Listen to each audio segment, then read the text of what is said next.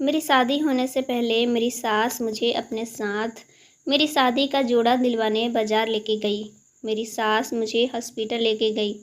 Doctor ने बताया कि मैं माँ बनने वाली हूँ। यह सुनकर मेरी सास मुझे आवारा बदचलन करने लगी और मुझसे रिश्ता तोड़कर अपने घर चली गई। मुझे नहीं पता था कि मेरे साथ यह सब किसने किया है। मैं इस बच्चे को जन्म देने का सोचा। 9 महीने बाद जब बच्चे का जन्म देने का समय हुआ तो डॉक्टर ने पूछा कि इस बच्चे के पिता का क्या नाम है। यह सुनकर मेरे पैरों तले ज़मीन खिसक गई। अस्पताल के सबसे बड़े डॉक्टर ने कहा कि मैं हूँ इस बच्चे का पिता, पर कैसे? मेरा नाम रितु है। मेरे पिताजी हवाई अड्डे पर नौकरी करते थे।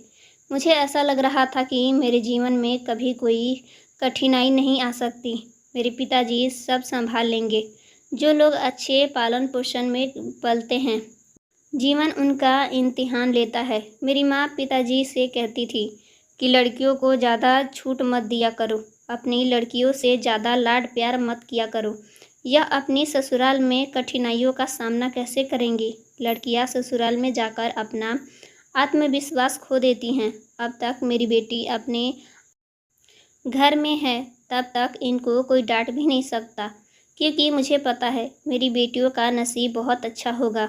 उस वक्त मैं 12वीं कक्षा में थी। भैया की शादी हो गई थी और भाभी के आने से घर में बहुत रौनक थी।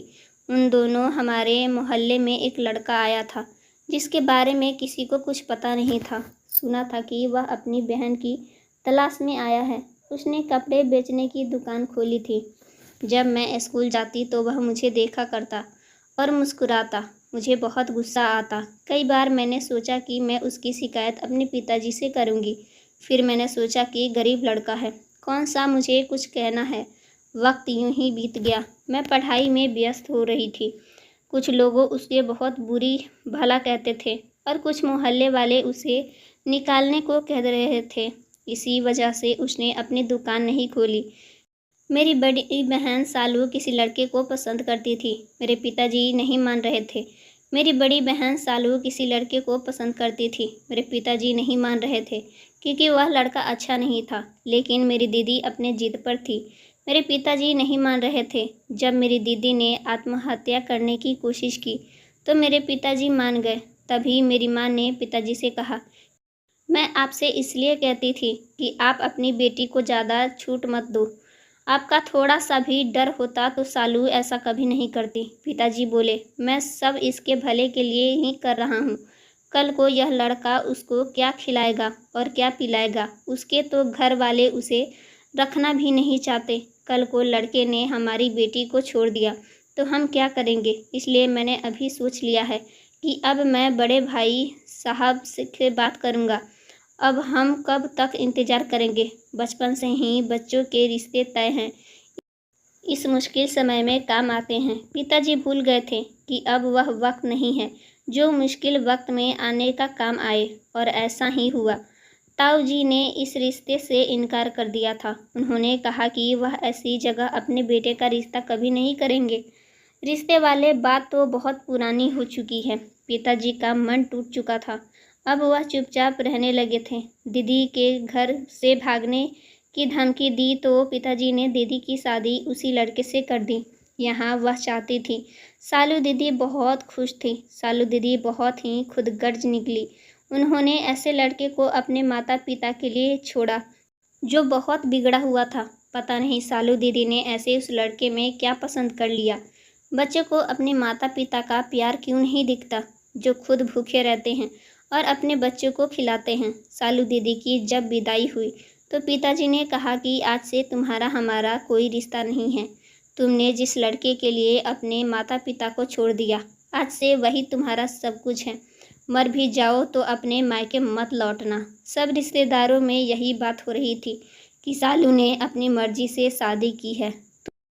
पिताजी ने सालू दीदी से कहा कि तुम हमारी बहुत बदनामी कर चुकी हो, अब तुम्हारा हमारा कोई रिश्ता नहीं है।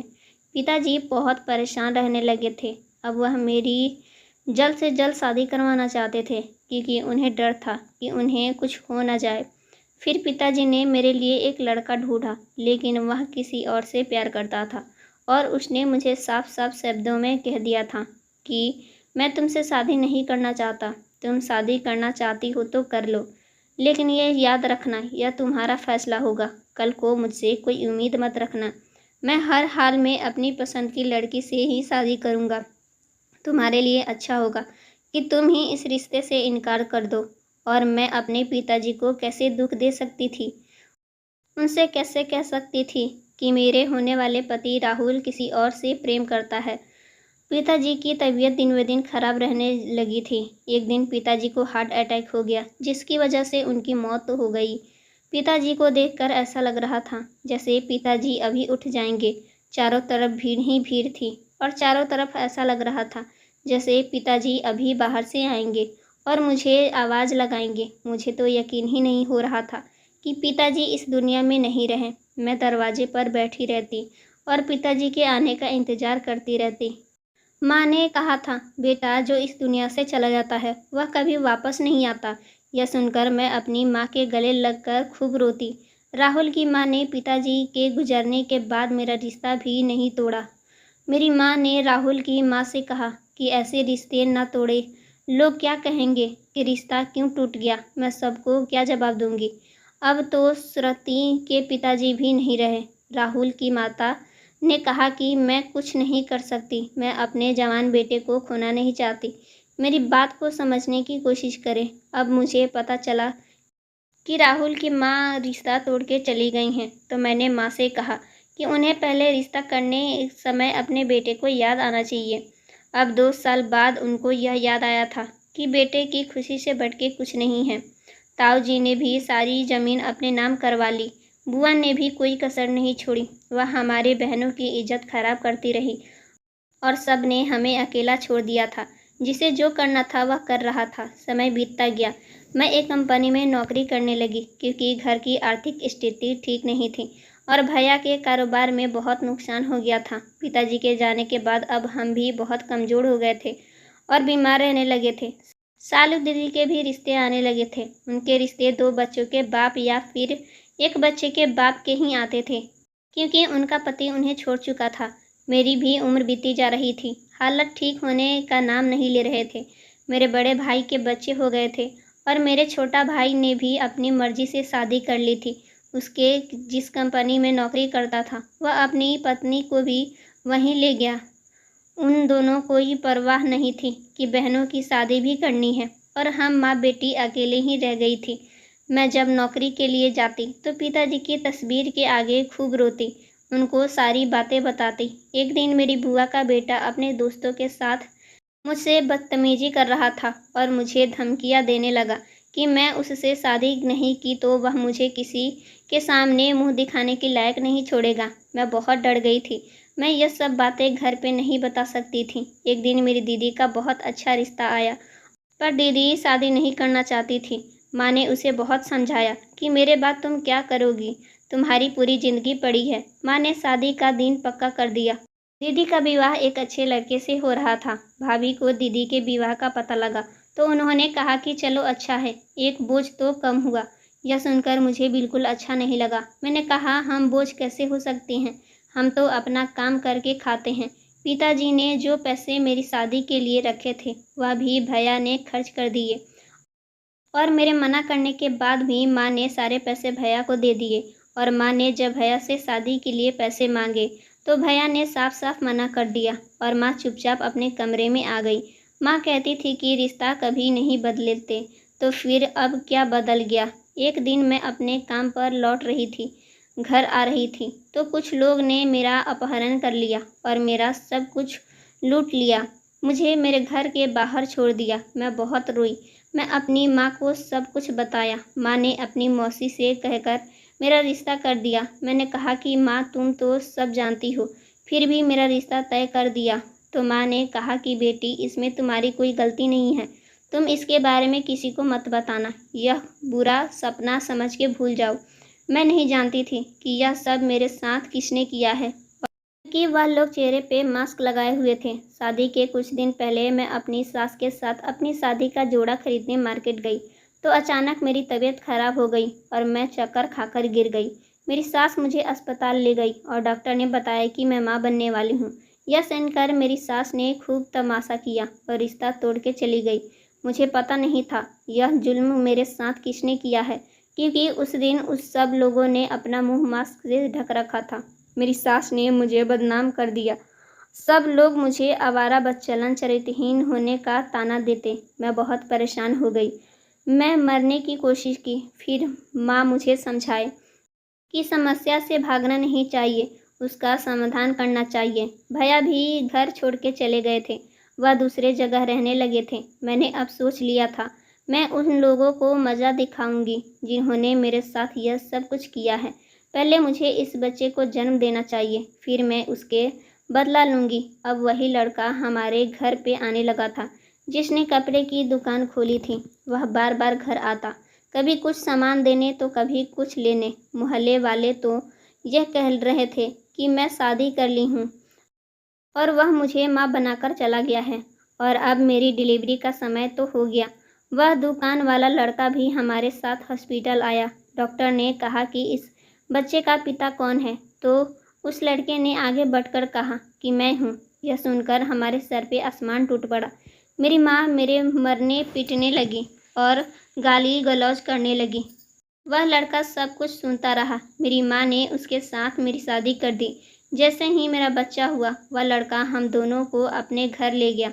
मैं उसका दुकान देखकर हैरान रह गई। उस घर में एक बूढ़ी औरत थी। जब मैं उस बूढ़ी औरत के पास गई तो वह मेरी कंपनी की मालकिन निकली। जैसे वह मुझसे मिलने आई, मैं एकदम से उसे दूर हो गई। मुझे खुद से भी नफरत होने लगी और मैं सोच लिया कि मैं उसके बच्चे को देकर यहाँ से चली जाऊँगी। यह लोग मेरे साथ ऐसा कैसे कर सकते हैं? इन लोगों ने मुझे मेरे घर वाले की नज़रों में ही गिरा दिया। मेरे पति का नाम कपिल था। कपिल मुझे बहुत प्यार करता और उसकी दादी अपने पोते से बहुत प्यार करती। लेकिन सच तो यह था कि मैं अपने पति से बहुत नफरत करती। एक दिन मैंने कपिल से कहा कि मैं तुमसे डिवोर्स लेना चाहती हूँ। मैं तुम जैसे घटिया आदमी के साथ नहीं रहना चाहती। कपिल ने कहा कि मैं तुमसे बहुत प्यार करता हूँ और पिछले 5 साल में मैं तुम्हारे से प्यार करता हूँ। मैं गलत नहीं हूँ। तो मैंने उससे कहा कि तुम एक नाजायज़ बेटे हो। तुम जैसा आदमी मैं इस दुनिया में नहीं देखा। यह सुनकर कपिल को बहुत गुस्सा आया और कपिल मेरे गाल पर एक थप्पड़ मार के कमरे से बाहर चला गया। यह सब बातें कपिल की माँ ने सुन ली और वह मेरे पास आई और कहा कि मेरे बेटे ने तुम्हारे साथ कुछ नहीं किया है, उसने तो खुद तुम्हारी इज्जत बचाई है। यह लो तुम्हारी मेडिकल रिपोर्ट, इसमें तुम्हारी मुजरिम का नाम लिखा है। तुम्हें दुनिया के ताने से बचाया है मेरे बेटे ने। तुम्हारे नाजायज़ बेटे को अपना नाम दिया है। मेरा नाजायज़ बेटा होते हुए भी आज तक ना जाने सुनता आया है। मैं 2 भाइयों की इकलौती बहन हूँ। मैं बहुत मालदार घर से थी। मैं यूनिवर्सिटी में पढ़ रही थी। वहाँ मुझे एक लड़के से प्यार हो गया। उस लड़के ने मुझे बहुत समझाया पर मैंने नहीं माना। मैं अपनी जिद पर आती रही। मेरे कहने पर वह लड़का अपनी माँ के साथ मेरे घर पे आया और मेरे पिताजी ने उसका बहुत अपमान किया और इनकार कर दिया। पर मैं अपनी जिद पर अड़ती रही और अपने परिवार को छोड़ के अपने प्रेमी से साथ भाग के शादी कर ली और हम एक दूसरे के साथ बहुत खुश रहते थे। हमारे साथ रहते रहते काफ़ी समय हो गया था। इधर मेरे मायके वाले हमें पागलों की तरह ढूंढ रहे थे। एक दिन अचानक मेरे परिवार ने हमें देख लिया और मेरे पति को पकड़ के मारने लगे और मेरी आंखों के सामने मेरे पति को इतना मारा कि वह वहीं पे तड़प तड़प के मर गया। एक पत्नी के लिए उसका पति ही सब कुछ होता है। मैं पेट से थी। मेरे परिवार वाले मेरे बच्चे को भी मारने वाले थे। मैंने अपने बेटे को अपनी सहेली के साथ छोड़ दिया। वह उसी के साथ रहता था। मैं छुपते छुपते अपने बेटे से मिलने जाती थी। समय बीतता गया और मेरा बेटा 15 साल का हो गया। एक दिन मेरी सहेली भी मर गई। फिर मेरे बेटे को सारी सच्चाई बता के चली गई। यह सब सुनकर वह कहीं चला गया और मैं इधर उधर ढूंढती रही और मैं उसे इधर उधर ढूंढती फिरती। 6 साल के बाद जब तुम मेरी कंपनी में जॉब करने आई तो कपिल तुम्हारे पीछे आता था। वह मुझे देखकर वहाँ से चला गया। मेरे बेटा तुम्हारी वजह से मुझे मिला है। जिस दिन तुम्हारा अपहरण हुआ था उस दिन उससे पता चल गया था वह भाग भाग कर मेरे पास आया और मुझसे मदद मांगने लगा। कपिल ने उन लोगों को जिंदा नहीं छोड़ा, उनको सजा दे दी है। तुम्हारी मुजरिम कोई और नहीं, तुम्हारी बुआ का बेटा था। अपनी सास के मुंह से हम सारी सच्चाई सुनकर मैं उनसे माफ़ी मांगने लगी और उनके पैरों में बैठकर गिड़गिड़ाने लगी कि वह मुझे माफ़ कर दे। मेरी सास तो बहुत अच्छी औरत थी। उन्होंने सब कुछ जानते हुए भी मुझे अपने घर की बहू बनाया। फिर जब शाम को कपिल घर वापस आया तो मैं कपिल से माफ़ी मांगी और कपिल ने मुझे माफ़ कर दिया और अपने सीने से लगा लिया। सो फ्रेंड्स, वीडियो पसंद आई हो तो लाइक करें, चैनल पर नया है सब्सक्राइब करें, नोटिफिकेशन बेल को ज़रूर दबाएं ताकि अगली अपडेट सबसे पहले आप तक पहुँचे।